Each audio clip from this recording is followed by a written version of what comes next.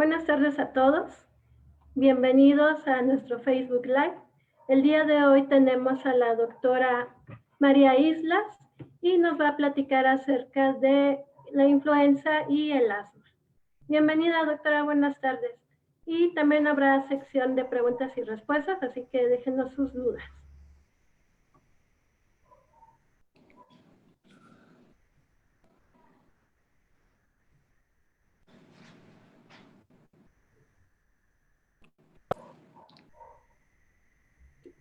Adelante, doctora.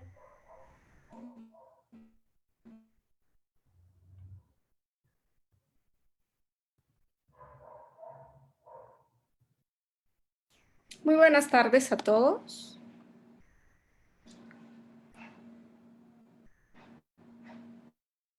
Listo.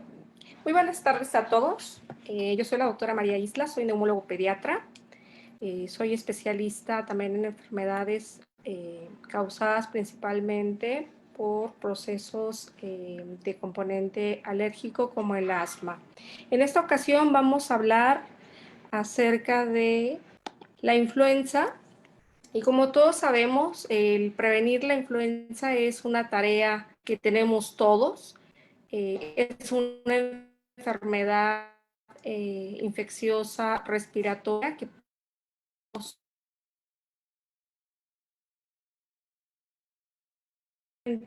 vamos a disminuir la posibilidad de desarrollar una afectación grave. Vamos a empezar hablando un poquito acerca de qué es la influenza en el humano y vamos a ver que es una enfermedad respiratoria altamente contagiosa, de ahí la gran importancia que tiene dentro de los virus. Sabemos que todas las infecciones virales tienen el potencial de ser altamente transmisibles y que es fácil de humano a humano. Conocemos varios tipos de influenza. La estacional puede ser influenza tipo A o tipo B. De la tipo A, la pandemia reciente de 2009 a la fecha, vemos que está predominando por la cepa de H1N1. Esta tiene la característica de afectar las vías respiratorias hacia el tracto respiratorio inferior. Así que de las vías aéreas superiores, que es nariz y garganta, puede afectar indudablemente a transmite la forma directa de persona a persona, es decir, aquella persona que esté contagiada a través de los estornudos o la tos va a diseminar las gotitas de flush o las gotitas de saliva y estas viajan varios metros y se pueden dispersar y contaminar superficies. Llegamos, tocamos esa superficie y puede ser también otra forma de contagio. Hemos tenido varias pandemias a lo largo de la historia. Realmente no se sabe cuándo se va a presentar una nueva pandemia. Ahorita, pues bueno, tenemos la pandemia del COVID-19, pero podemos ver que cierto determinado tiempo o siglos tenemos ciertas pandemias o infecciones que predominan. Aquí podemos observar la gripe española, que realmente no se sabe si el origen fue realmente en España, pero se le denominó gripe española. Esto fue en 1918 a más o menos 1920, y esto llevó que esta infección respiratoria llevara una mortalidad muy alta, entre 20 y 40 millones de personas. En 1957 se presenta la gripe asiática con un deceso de 4 millones y en 1968 la gripe de Hong Kong. Si ven, pues realmente son infecciones respiratorias que se van presentando en ciertos periodos. La influenza tiene la característica de ser un virus que va a tener dos proteínas de superficie, de ahí que venga la nomenclatura de HN. Vemos que tenemos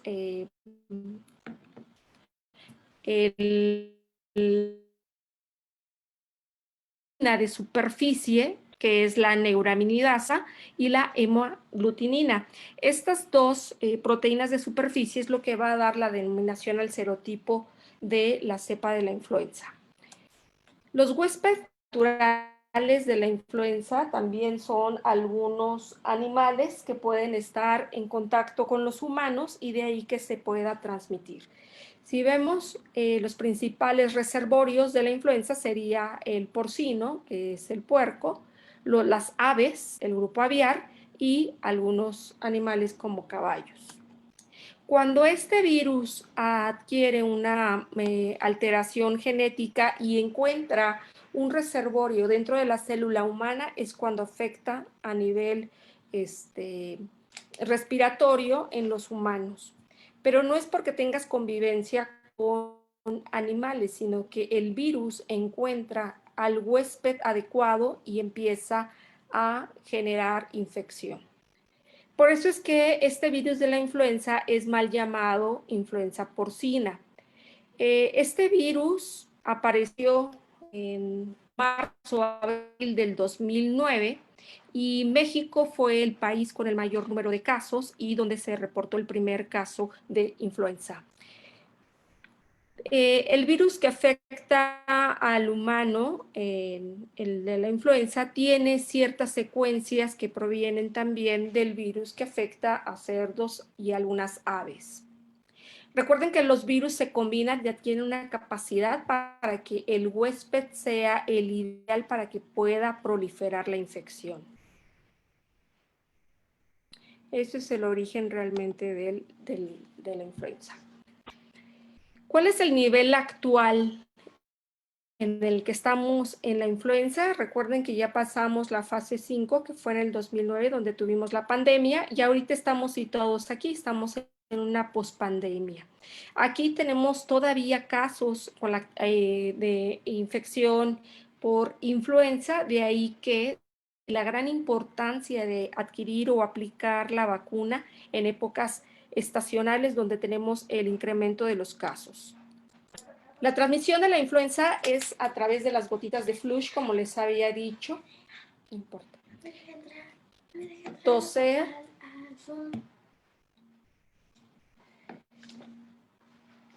La transmisión de la influenza es a través de las gotitas de flush que se van a diseminar al toser, hablar o estornudar. La presentación clínica o el cuadro clínico, los síntomas que vamos a tener de influenza son la presencia de fiebre, tos, sensación de falta de aire, aumento en la producción de moco. Podemos tener estado general, esto es sentirnos cansados, tener fatiga, escurrimiento nasal, dolor de cabeza, dolor de oído, dolor en el pecho, dolor al respirar o meter aire, presencia de vómito y también que los ojos estén con una coloración roja, lo que es una hiperemia conjuntival. Si observamos, son los mismos síntomas que desarrolla de forma inicial el COVID-19. ¿Cómo vamos a evaluar la gravedad clínica en el adulto? Pues vamos a valorar siempre su estado general. Debemos de medir la temperatura corporal. La temperatura, para hablar de fiebre, tiene que ser una temperatura mayor a 38 grados. La frecuencia respiratoria va a ser un dato importante de que se esté agravando la infección respiratoria. Y en eso lo vamos a medir viendo el número de respiraciones que tenga el paciente por minuto. Podemos realizar una exploración física donde vamos a escuchar los pulmones y vamos a evaluar si tiene alguna alteración a nivel bronquial. Y algo importante es observar el color de la piel. Cuando empezamos a tener una baja de oxigenación, pues vamos a detectar cianosis, es decir, el paciente va a tener labios o las uñas moradas. Los niños también van a tener, son un grupo que se afecta de forma importante, así que la severidad clínica la vamos a valorar viendo el estado general, su estado de hidratación, medir la temperatura, medir su frecuencia respiratoria, observar si tiene algún dato de dificultad respiratoria, y esto lo vamos a observar cuando empiezan a aumentar sus respiraciones. Vamos a ver que las alitas o el aleteo nasal aumenta. Podemos ver que se le hunden las costillas o que tengan también ruidos anormales como es el silbido, que es el gatito que le escuchan en el pecho a los niños. Observamos las uñas y las mucosas y observamos la coloración morada. ¿Quién es la población con mayor riesgo que desarrolla influenza grave? No hay que olvidar un grupo importante que son las embarazadas. Toda mujer embarazada debe administrarse la vacuna de influenza y esto va a proteger también a su bebé dentro de los primeros 6 meses después del parto. Las personas obesas o con sobrepeso, las personas que padecen asma, hay que recordar que el asma es la enfermedad respiratoria crónica más frecuente y que son un grupo importante en el que las infecciones respiratorias van a producir que los bronquios se inflamen. Los pacientes con cáncer, los pacientes que tienen alguna afectación renal como la insuficiencia renal crónica, la diabetes sigue siendo un grupo etario importante para el desarrollo de esta infección y los pacientes que tengan alguna enfermedad de inmunosupresión como es el VIH o SIDA. Otras causas de inmunosupresión que estén acompañadas, como pueden ser los pacientes que tienen bajas sus defensas, que tienen alguna enfermedad inmunológica o alguna enfermedad crónica donde sus defensas estén bajas. Las enfermedades cardíacas y los pacientes mayores de 65 años. ¿Pueden evitarse las pandemias de gripe? Realmente no se pueden evitar. Vamos a tener ciclos donde vamos a presentar nuevas cepas, siempre vamos a tener afectación de virus, son parte de la biodiversidad del bioecosistema, son parte también importante de ello, entonces no se van a poder erradicar. Así que siempre vamos a tener presencia de virus. La aparición de las pandemias no puede ser predecible. En un periodos en el que van a surgir. ¿Cómo podemos reducir los riesgos? Hay medidas, sí, ya hemos escuchado hasta el día de hoy que podemos detener la propagación de estas infecciones, pues también reduciendo la exposición continua con animales. Hay que tener un buen control de estos animales como las aves y el grupo porcino. La vacunación es importante y más en esta época invernal 2020-2021, donde vamos a reducir de forma importante esta infección respiratoria porque puede desarrollar neumonías graves.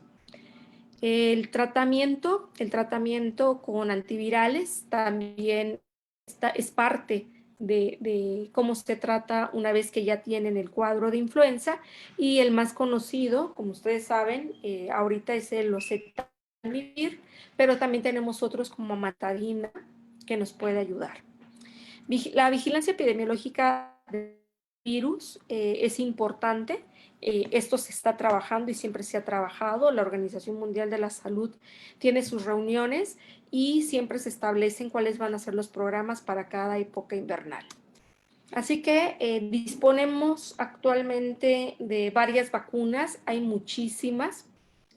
Está por llegar a nuestro país, todavía no tenemos la tetravalente. Disponemos ahorita en la campaña de vacunación en el sector salud con la trivalente. Acuérdense que esto de tetravalente y trivalente se refiere al número de cepas que cubre. La tetravalente va a cubrir para 4, van a ser 2 cepas para el grupo de influenza A y 2 para influenza B. De la, tenemos que cubre para H1N1, H3N2 y para las cepas de el virus de la influenza tipo B cubre para 2 cepas. La trivalente que tenemos ahorita cubre solamente para 3 cepas, las 2 del grupo A y 1 del grupo B. ¿Sí? ¿Quiénes se tienen que vacunar? Todos deberíamos de vacunarnos. Tienen prioridad el personal de salud y los pacientes que son mayores de 65 años, los pacientes con enfermedades crónicas como las cardiopatías, el asma o las enfermedades como inmunosupresión, VIH, SIDA, y los niños menores de 5 años, que son los grupos con mayor afectación de influenza. ¿Por qué? Porque ellos tienen mayor riesgo de desarrollar neumonía grave. ¿A partir de qué edad administramos la vacuna? A partir de los 6 meses de edad. Y de ahí podemos ponerlo a cualquier grupo etario. ¿De acuerdo? Y se pone una vez al año. Y todos tenemos que vacunarnos más en esta época en la que podemos tener otras infecciones asociadas. ¿De acuerdo? Muy bien. Hasta aquí terminamos. No sé si tengan alguna duda o pregunta o Ok. algún comentario. Sí, doctora, sí tenemos, muchas gracias. Tenemos algunas preguntas de las personas que nos están viendo. José Fernando pregunta, ¿se recomienda la vacuna más ahora que está el COVID-19? ¿No hay algún efecto secundario? Perdón, no te escuché, se me interrumpió un poco la conexión. José Fernando nos pregunta que si se recomienda la vacuna más ahora que está el COVID-19 y si no hay un efecto secundario. No, sí hay que administrarse la vacuna porque como vimos, el cuadro clínico no se distingue de forma clínica y de forma temprana. Los síntomas iniciales son igual, con un cuadro de infección de vías aéreas superiores. Podemos tener el escurrimiento nasal, la presencia de tos y fiebre, y eso puede ser influenza o puede ser COVID. Realmente debemos de disminuir la probabilidad de que tengamos o desarrollemos una enfermedad grave. Entonces, ¿tenemos que vacunarnos? Sí. ¿Hay algún riesgo? Realmente es muy bajo. La vacuna es muy segura para la influenza. Realmente no nos va a evitar que nos enfermemos de influenza estacional. Nos va a dar los cuadros respiratorios que nos lleguen a dar, pero ya no vamos a desarrollar o tener una reducción en la gravedad en cuanto a tener una afectación como una neumonía grave. ¿Sí? Entonces, más en esta época con COVID tenemos que recibir todos y ojalá todos nos vacunemos contra influenza. Entonces, no hay ningún riesgo y hay que recibirla. Incluso si ya les dio alguna infección por COVID-19, no hay ninguna contraindicación para no poder recibir la vacuna. Otra pregunta, doctora, es, ¿cómo distinguir entre el asma, la influenza y COVID-19? No hay forma clínica de distinguir entre COVID-19 e influenza. ¿Por qué? Porque los síntomas respiratorios no son específicos de una infección viral.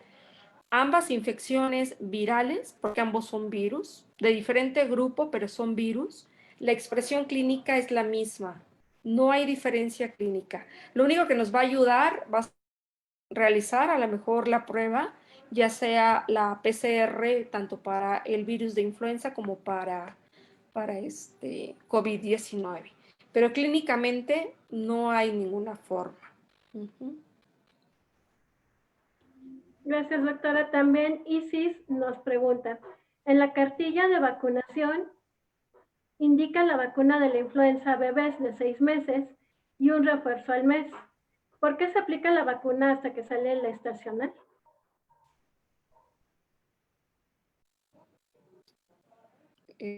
¿Puedes repetir otra vez la pregunta? Sí, dice que en la cartilla de vacunación indica que la vacuna de la influenza a bebés se debe de aplicar a los 6 meses y un refuerzo al mes. ¿Por qué se aplica la vacuna hasta que sale la estacional? Ah, no. Lo que pasa es que los niños pequeños, dentro de la cartilla nacional de vacunación, deben de aplicarse la vacuna, pero hay que recordar que la influenza tiene su mayor pico durante el invierno. Entonces, la vacuna la tenemos disponible a partir de octubre, de forma general en campaña nacional. Pero a nivel, digamos, particular, tenemos disposición de la vacuna en cualquier momento. Entonces, si el bebé tiene 6 meses y no estamos en campaña, se puede administrar la vacuna para la influenza, pero la aplicamos hasta octubre dentro del sector salud porque así está estipulado para la campaña de prevención. ¿Sí? Gracias, doctora. ¿Cómo afecta el asma el cuadro clínico de influenza? Hay que recordar que el asmático, los pacientes con asma, uno de los desencadenantes son las infecciones virales. Entonces tenemos un bronquio que está inflamado, un bronquio que no es sano, un bronquio que es susceptible a cualquier estímulo, incluso el cambio de temperatura, algún alergeno, cuando tenemos alguna exposición a caspa de perro, gato, algunos árboles, algunas plantas. Esos son factores que desencadenan que los bronquios se inflamen. Entonces, los pacientes que tienen asma tienen una susceptibilidad a que la infección viral no solamente les afecte nariz y garganta y tengan una infección respiratoria leve. Se va a desencadenar una inflamación de todas sus vías aéreas, haciendo que tengan una exacerbación de sus cuadros, es decir, que tengan una asmática. Y esa crisis asmática les va a llevar a que tengan una inflamación de sus vías respiratorias y lleguen a desarrollar una neumonía. Neumonía, los pacientes van a tener mayor riesgo de hospitalización y al tener hospitalización van a tener mayor riesgo de que se colonice con alguna otra bacteria y se vaya complicando el grave. Entonces, el paciente comienza a tener problemas graves, tiene problemas respiratorios y puede llevar a que esa hospitalización se complique y tenga una afectación realmente de neumonía severa. Por eso es que ellos son más susceptibles, ¿de acuerdo? Gracias, doctora. También Lorena nos pregunta, si presentó alguien COVID, ¿se puede aplicar la vacuna de la influenza?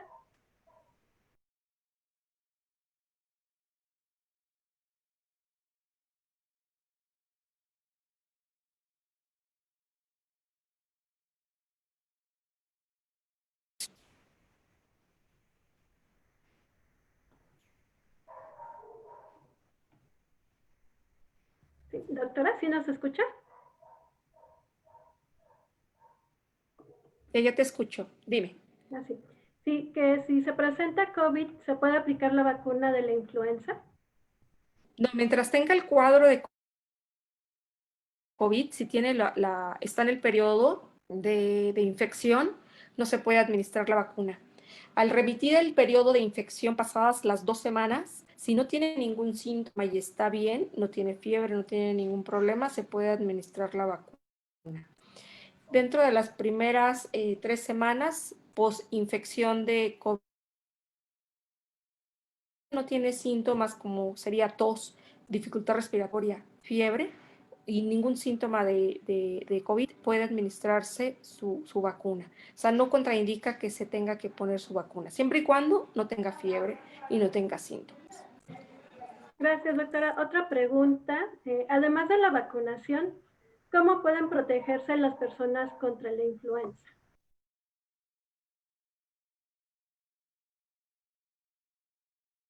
Ejerce las personas, no te alcancé a escuchar. Además de la vacunación, ¿cómo pueden protegerse las personas contra la influenza? Pues realmente las medidas de protección son las mismas que hemos venido escuchando todo este 2020, que es el uso de agua y jabón, hay que lavarnos las manos, evitar contacto con personas enfermas que tengan síntomas de gripa, uso de gel y siempre, ¿verdad? A nivel de la unión del brazo y el brazo para examinar las manos, porque si estornudamos y volvimos con las manos, al tocar superficies vamos a dejar contaminadas esas zonas, así que la mejor prevención es el uso del gel, lavado de manos y usar, cubrir el estornudo con el antebrazo. Esas serían las principales medidas de prevención. No hay ningún medicamento que nos prevenga las infecciones respiratorias que provocan la gripe. No hay nada que prevenga más que el lavado de manos y el uso de gel. Así es. Gracias, doctora. También otra pregunta. ¿Qué tan eficaz es la vacuna contra la influenza? Pues la efectividad de la vacuna es muy alta, son vacunas muy seguras, tenemos un alto porcentaje de producción de anticuerpos. No es tanto que es que hay algo que hay que comprender. La vacuna contra influenza no va a evitar que te dé influenza. Va a disminuir que si tú tienes una infección por influenza, tengas una infección que no te lleve a una gravedad, que no te lleve a una neumonía grave. O sea, que te va a proteger contra la gravedad, pero no es que no te dé. Claro que sí, por un cuadro porque influenza y B son parte de estacional, que son las infecciones respiratorias. Cuando decimos, es que tengo gripa, justamente esos son virus de influenza, ¿sí? Pero no vamos a desarrollar una neumonía. El vacunarnos no nos va a prevenir o no nos va a proteger contra la influenza. Sí nos puede dar cuadros de influenza, pero va a ser que si yo soy susceptible y tengo una infección respiratoria por el virus de la influenza, no desarrolle una neumonía grave. Simplemente quede como un cuadro catarral, una infección de vías aéreas superiores. Entonces, realmente sí te protege, pero no evita que te dé la gripe estacional. Gracias, doctora. Tenemos otras dos preguntas. De María Teresa, dice que después de una semana de aplicación de la vacuna de la influenza, ¿pueden presentarse consecuencias como febrícula y dolor de articulaciones?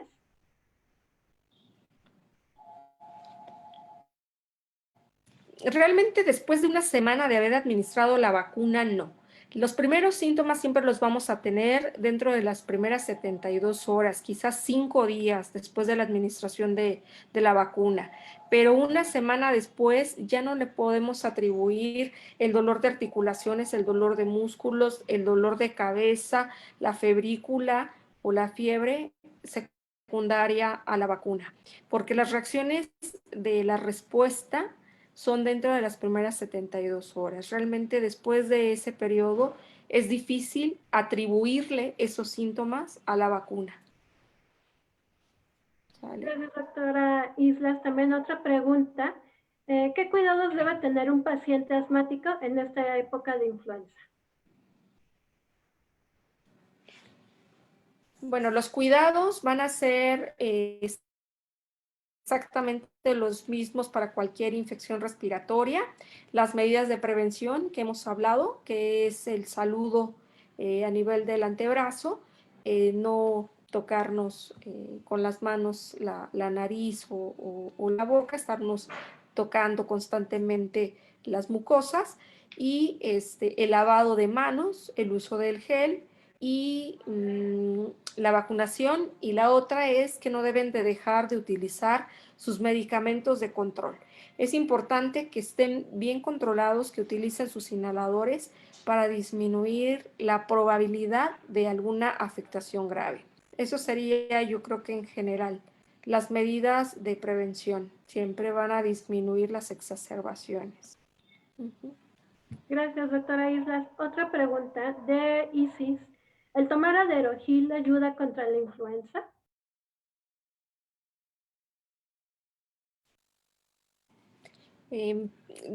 No es tanto que ayude, te puede ayudar a sentirte o aliviarte, porque hay que recordar que los síntomas son con ningún medicamento. Los medicamentos nos van a ayudar a mejorar, a que no se sienta tan mal el paciente. ¿Puede ayudar a reforzar su sistema inmunológico? Sí. ¿Puede ayudar a fortalecer su sistema de defensas? Sí, pero no tanto como tratamiento para influenza.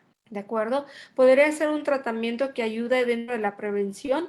Cualquier estimulante del sistema inmunológico siempre va a ayudar para aumentar el número de defensas o que el organismo esté más preparado.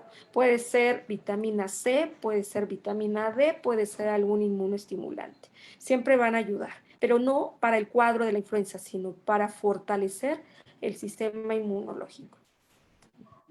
Gracias, doctora Islas. También otra pregunta. ¿Hasta qué edad se puede poner la vacuna contra la influenza?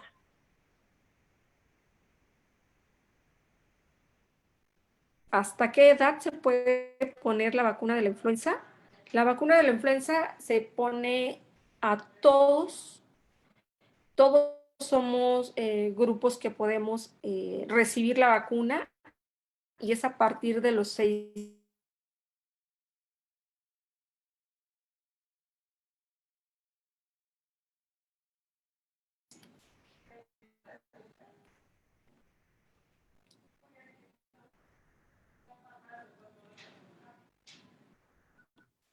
Gracias, doctora. ¿Alguna recomendación final que nos quiera decir acerca de la vacuna de la influenza y de este padecimiento? Pues viene una época difícil para todos, es una infección respiratoria que se va a agregar a toda esta pandemia que hemos cursado en el 2020. Va a ser muy difícil para nosotros el poder ayudar a muchos pacientes a saber si tiene influenza o si tiene COVID. Es un reto muy difícil. Para el COVID, pues sabemos que todavía no contamos con la protección de vacuna. Así que si todos cooperamos y nos ponemos la vacuna de la influenza, podemos disminuir la posibilidad de que tengamos una infección respiratoria sumada a todo esto. Y si tenemos digamos, la poca fortuna de que nos dé alguna infección respiratoria, pues que no tengamos o no desarrollemos una severidad, que no lleguemos a una hospitalización. Entonces, todos tenemos que cooperar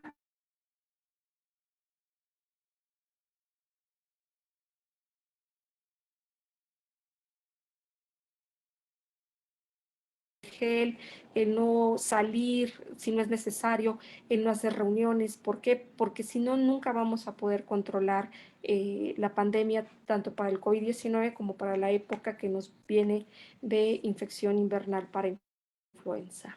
Entonces yo creo que ese sería el comentario final, que ojalá todos podamos contribuir un poquito para el control de estas infecciones respiratorias. Agradecemos mucho su participación, doctora María Islas, y también muchas gracias por sus preguntas. Que tenga buena tarde, Hasta doctora. luego. Igualmente. Hasta luego.